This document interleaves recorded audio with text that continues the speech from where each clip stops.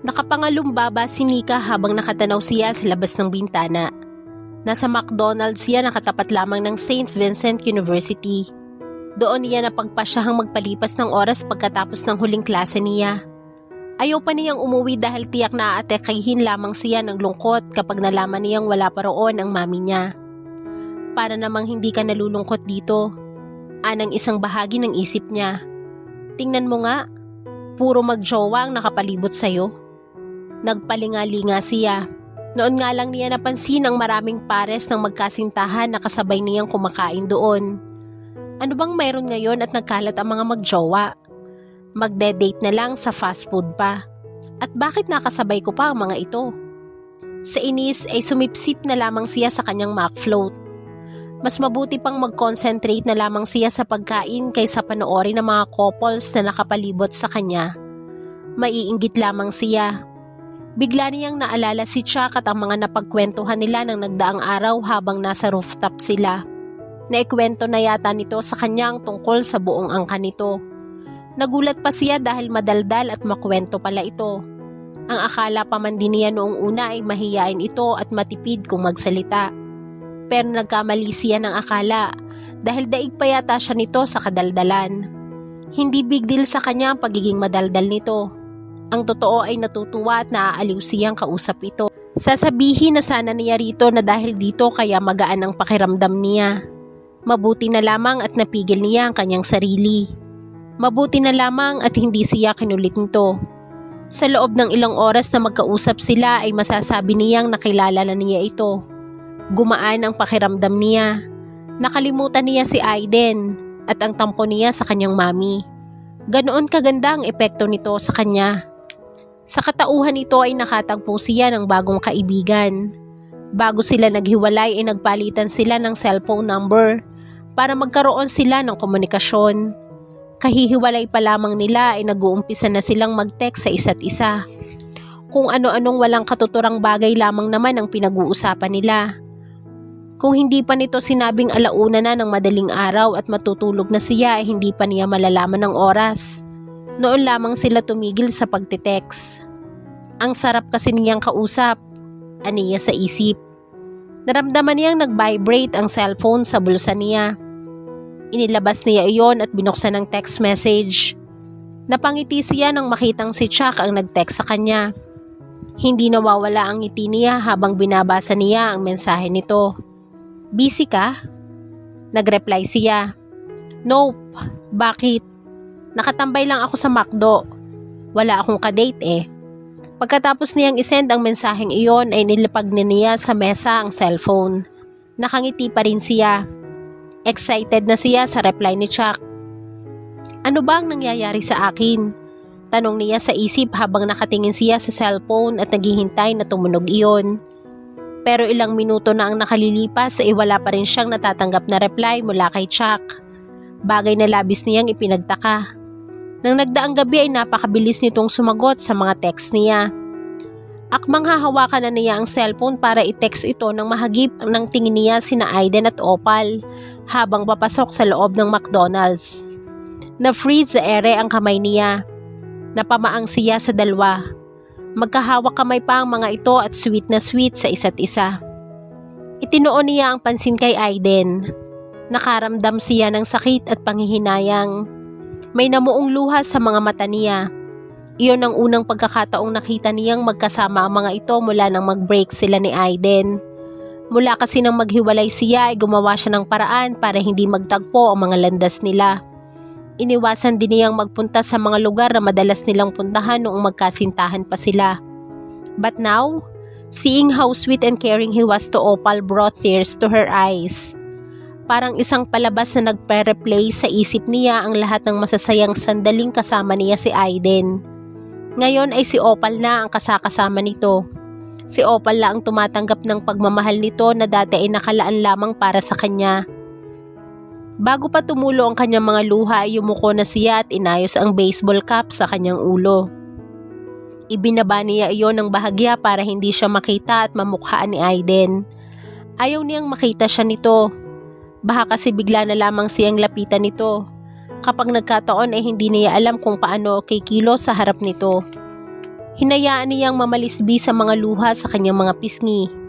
Pasimpleng pinahid niya ang mga iyon. Kahit abala siya sa pag-iyak ay napansin pa rin niya sa sulok ng kanyang mga mata ang isang figurang nakatayo sa gilid niya. Lalo pa siyang yumuko sa pag-aakala niyang si Aiden iyon. "Here, take my hanky." Nakahinga siya ng maluwag dahil si Chuck pala iyon. Hindi pa rin siya nagtaas ng tingin dito. Nang umupo ito sa kaibayong silya niya ay saka lamang niya ito tiningnan at kinuha ang panyong iniaabot nito. Ipinunas niya iyon sa kanyang mga pisngi. Pero sa halip na tumigil na sa pag-iyak ay muling bumalong ang mga luha niya. Napapiksi siya nang hawakan nito ang kanyang baba at iangat nito ang kanyang mukha. Nagtama ang kanilang mga paningin.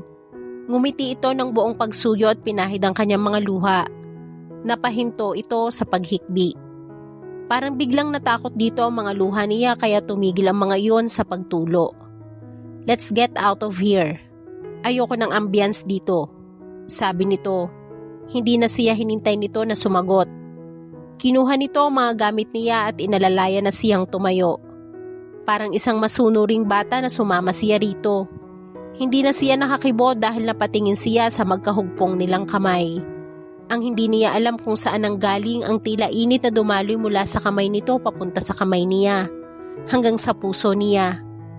Mula sa McDonald's ay dinala ni Chuck si Nika sa park na malapit sa St. Vincent University. At ang sabi nito ay marerelax daw siya roon dahil tahimik ang lugar. Nagpasalamat siya rito. Nagulat siya nang makita ito sa McDonald's. But she was really glad he came. Hindi niya alam kung ano ang posibleng mangyari sa kanya kung hindi ito dumating. Baka nakita siya ni na Aiden at Opal na nagkaroon ng gulo. Magaling talaga itong tsumempo. Tila may mainit na kamay na humaplo sa kanyang puso dahil sa concern na ipinakita nito sa kanya. Kahit kailan ay wala pang lalaking nagpakita sa kanya ng ganoong klaseng concern. Hindi niya iyon maihahaling tulad sa atensyon na ibinigay sa kanya ni Aiden. "Are you okay?" Pukaw ni Chuck sa atensyon niya. Tiningnan niya ito. Magkakahalong emosyon ang nababasa niya sa mga mata nito. Sa dami ay hindi niya mabigyan ng pangalan ng mga iyon. "Yes, I'm okay. Medyo na-shock lang ako kanina nang makita ko sila. Iyon kasi ang first time na nakita ko sila after our breakup," sagot niya. "Okay lang ba kung magbigay ako ng payo?" tanong nito. Tumango siya at tinutok ang tingin sa harap. Hinintay niya ang mga sasabihin nito. "Alam ko kung gaano kahirap at kasakit na makita ang taong mahal natin ay may mahal lang iba. Pero kailangan natin iyong tanggapin para makapag-move on. Hindi ganun kadaling mag-move on pero sana kahit paano ay pilitin mong umpisahan. Tanggapin mo nang hindi na maibabalik sa'yo si Aiden. Malay mo, mayroon na palang itinakda ang Diyos para sa'yo. Baka nasa paligid lang yon at hindi mo napapansin." Hindi agad siya umimik. Pero sumasang-ayon siya sa lahat ng mga sinabi nito. Tama ang lahat ng sinabi mo. Ang nahihirapan lang ako ay yung realidad na wala ng Aiden sa buhay ko.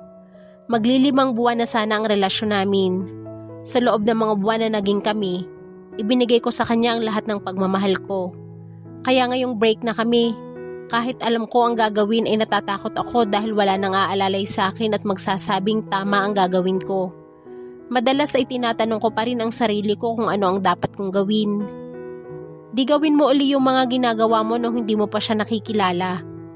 Isipin mo na lang na kung nabubuhay ka noong wala pa siya sa buhay mo, lalong kaya mong mabuhay ngayong break na kayo. Yun na lang ang isipin mo para kahit paano ay maging matatag ka at mabawasan ang sakit na nararamdaman mo. Napaisip siya sa sinabi nito. "So, sinasabi mo sa akin ngayon na gawin ko lang kung ano ang ginagawa ko noon?" "Yap, mas mapapadali ang pag-move on mo." Nahulog siya sa malalim na pag-iisip. Aminin niyang may punto ito. Bakit nga ba siya nagmumukmok dahil sa lalaking iyong gayong hindi naman ito karapat-dapat para sa pagmamahal niya? He doesn't deserve your love. Sinasayang mo ang mga luha mo sa kanya. Sayang ang panahong inilalaan mo sa pag-iyak dahil sa kanya. Ang dapat mong gawin ay ipakita sa kanya na kaya mong mabuhay kahit wala siya. Okay ba yon? Nag-make face pa ito at sinadyang i-distort ang mukha para patawanin siya. Nagtagumpay naman ito na patawanin siya. Mula ngayon wala nang Aiden na nag-e-exist sa buhay ko.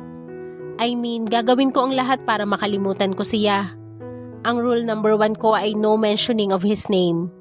Nagtaas siya ng mukha. Tama ka. Paano ko makikilala ang lalaking para sa akin kung patuloy akong magmumukmuk? That's my girl. Tuwang-tuwang sabi nito. Lumipat si Chuck sa likod ng swing na kinauupuan ni Nika at saka inumpisahang itulak iyon ng mahina. Napangiti siya. Mabuti naman at sa wakas ay nakapagpasya na itong kalimutan ng ex-boyfriend dito. Mukhang kinakasihan siya ng tadhana dahil so far ay nasusunod ang mga plano niya. Sa simpleng paraan niya ay natutulungan niya ito at naipapabatid niya rito na naroon lamang siya at nakahandang damayan ito sa lahat ng pagkakataon. Kung tatanungin siya ng mga kaibigan niya kung bakit niya ginagawa yon ay simple lang ang isasagot niya. He like her a lot. Unang kita pa lamang niya rito ay kumabog na ang dibdib niya para dito.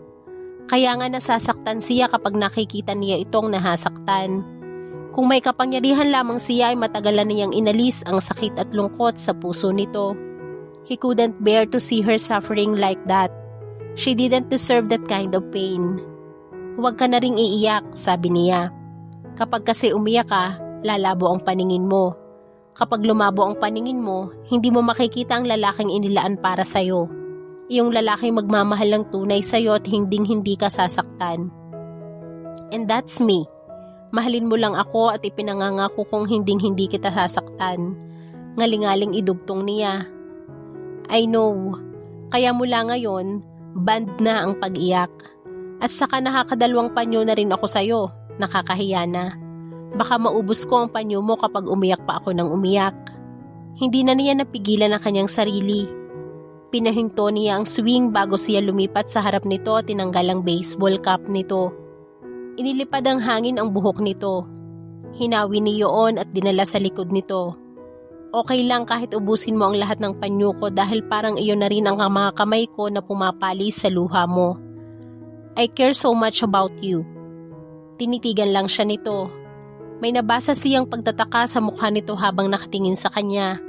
Nginitian niya ito at ibinigay dito ang cup nito. Oops, don't get me wrong. Kaibigan na rin ang turing ko sa'yo, Nika, sabi niya. Napilitan siyang magsinungaling dito dahil baka bigla itong lumayo sa kanya kapag nagtapat na agad siya ng damdamin dito. Nginitian lang siya nito. Maya-maya ay may kumislap na mga luha sa mga mata nito. What's wrong? Natarantang tanong niya. Nothing, sagot nito. Natouch lang ako sa mga sinabi mo. Kailan lang tayo nagkakilala pero isang kaibigan na agad ang turing mo sa akin. I admit, I also found a friend in you, Chuck. Maraming salamat sa lahat ng mga tulong na ibinibigay mo. Hindi na niya napigil ang sarili. Inalalayan niya itong tumayo at walang pagdadalawang isip na niyakap niya ito. Naramdaman niya ang pagganti nito sa yakap niya. Dinampian niya ng halik ang ulo nito at saka siya nagsalita. No, let me thank you. Binigyan mo ako ng pagkakataon na maging kaibigan mo. Kahit ayokong maging kaibigan mo lang, Nika. I want more. Ninamnam niya ang sandaling iyon na nakakulong ito sa yakap niya. Kung pwede lang hilingin sa Diyos na pahintuin nito ang oras para manatili sila sa ganoong ayos. At dito po nagtatapos ang ating kwento. Sabay-sabay po nating abangan ang sunod na kabanata. Maraming salamat po. God bless and stay safe.